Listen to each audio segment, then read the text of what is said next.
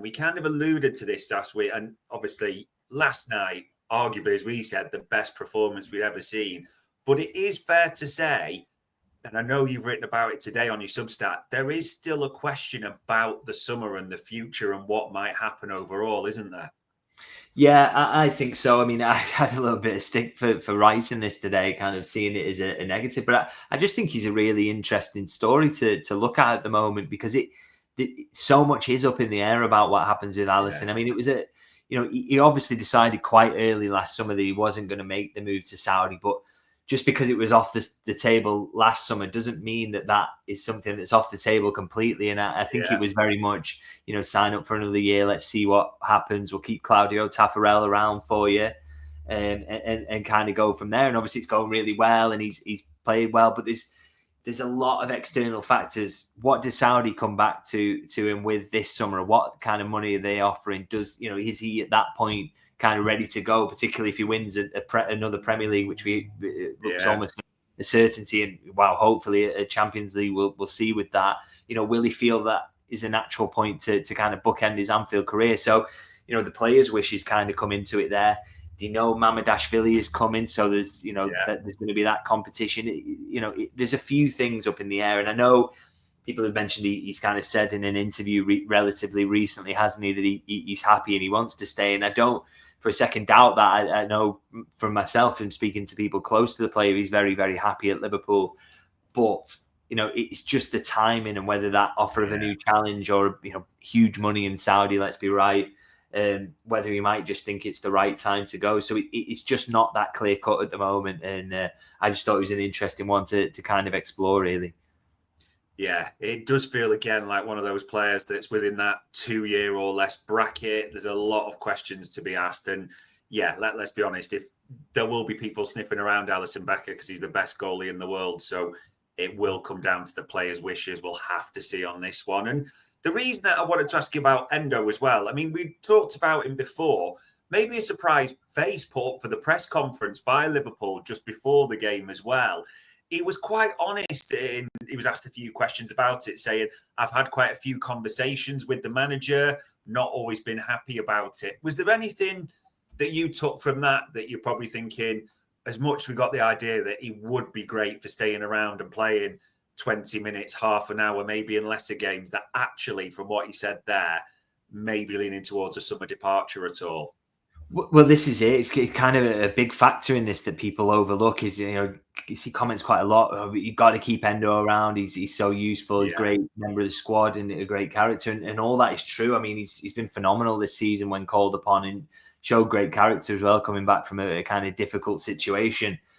But the huge question is he happy? Excuse me. Is he happy with that going forward? Does he not want to play more and particularly get a couple of winners' medals this season, hopefully?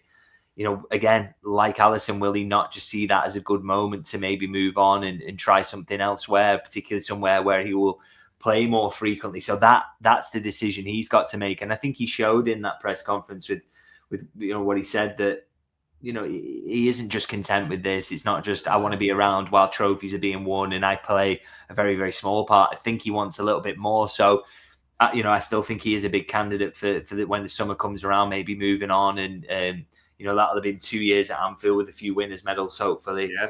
It might just be the perfect time. So, and I think that would kind of make sense for everyone as well, because it would open up the possibility of Liverpool bringing in another midfielder who is a little bit more to the manager's taste. So, that still to me looks the likeliest outcome, to be honest. And I think he kind of quietly confirmed that really in the way he spoke.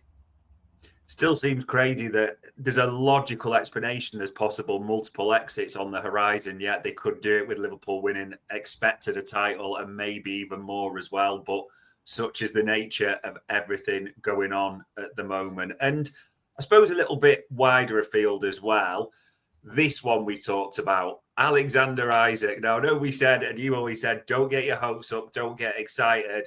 I don't think David Ornstein got your script, to be honest, because that was on a pod where he actually said, wasn't it?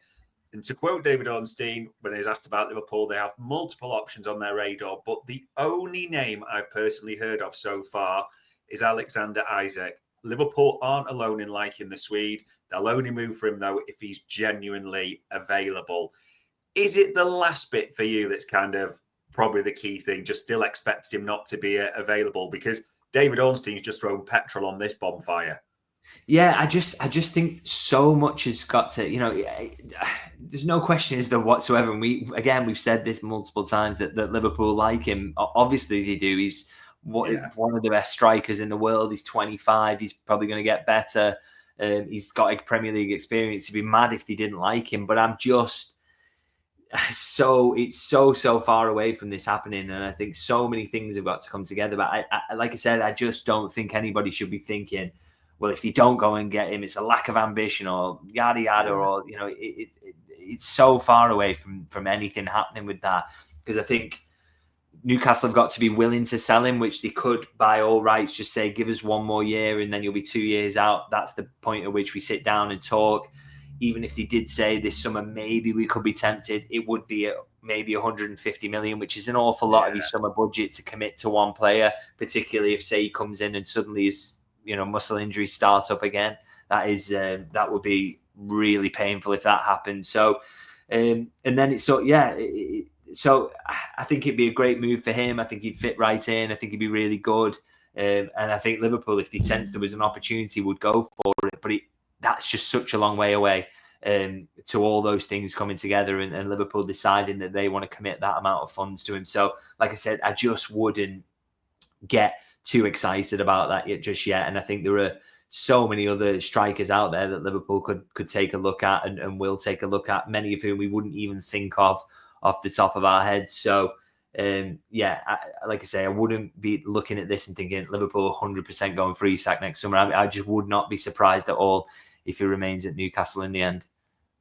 Yeah, there's a cynical part of me, without being disrespectful, maybe thinks David Ornstein knew what all the hype's been around and what the talk when he was asked about this and referring. But we will see what develops this summer. And there's names continuously linked with Liverpool at the moment. So I did just want to sort of float a few your way.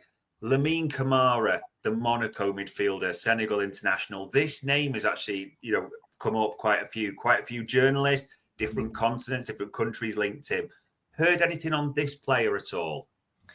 To be honest, no. Haven't heard anything that makes me think he's necessarily hugely on the radar. I mean, they'll be watching him. I don't question that, because he's obviously 21 years old, playing in a top 5 European league and doing okay. But that's a long way away from Liverpool looking at him. And I believe he's kind of an attacking midfielder, isn't he? So, again, it's not like they're really short in that position at the moment, and or that he's performing at such a level that he would instantly transform your team. I'm not quite sure that that's the case. So, like I say, I've not heard anything on him, and they will be keeping an eye on him. But I don't think that's anything you should be thinking, yeah, he's definitely one they're going to move for in the summer or anything like that. I think we're a long way from that. Yeah, there are a lot of names floating around, and I'm probably going to butcher these. I'm going to have a go at them. There's one called, I think it's Konstantinos Kouliakos at Wolfsburg, a defender. And then the other one, which Lewis Steele mentioned in the Daily Mail, that there seems to be rumours in Belgium were interested in. I think it's pronounced Joel Ordoins. I'm probably butchering that one as well. But Colombian centre-back for Bruges. Anything around those? Or again, is it just feeling a bit like names out there at this stage and rumours? These two make a lot more sense to me. I know Joel Ordóñez at Bruges, definitely one who they're kind of keeping an eye on. And I think, they're both kind of young centre-halves, aren't they? And I think this is a market Liverpool are definitely going to shop in this summer. That spot is going to open up with Joe Gomez leaving. And so I think there's space for a young centre-half. Obviously, Jarell Hato fits that bill as well. So, that's a name that really makes sense in that role as well. So I think they've given themselves a few kind of options in that area. They're all kind of early 20s centre halves, who you would be comfortable bringing in as kind of your fourth choice there, and then easing them in and them getting better and better under your watch. So that would certainly be the plan. So these names definitely make a lot more sense to me. And that's something to kind of keep an eye on, really, is what Liverpool do in that centre half position, because there's definitely going to be a vacancy. We know for a long time they've been monitoring young centre half. So I think this is the summer where they're going to finally pull the trigger. So all those kind of names you pop up, I would, what's the opposite of taking with the I would absolutely believe that there's something in that, really.